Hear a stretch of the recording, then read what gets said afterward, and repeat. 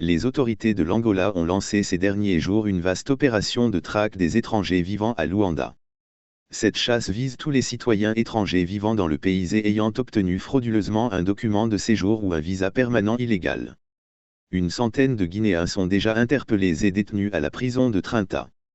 Selon les informations, les agents du service de migration et de naturalisation procèdent dans les rues, marchés et mosquées à la traque des étrangers.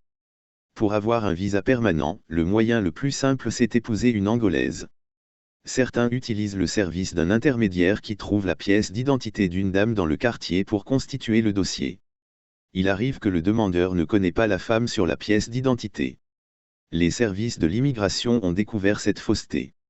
C'est pour cela ils traquent tout le monde sans exception.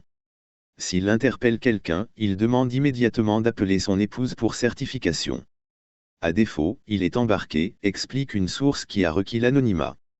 Hier jeudi, les agents ont mis à profit la prière de 14 h à la mosquée de Rose vers l'aéroport pour interpeller les étrangers.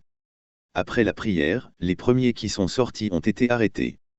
Les autres pour échapper, se sont réfugiés à l'intérieur de la mosquée. Dans la soirée, Ibrahim Khalil, le coordinateur général des réfugiés en Angola, a rendu visite aux détenus. Il a négocié pour libérer ceux qui détiennent une carte de réfugié.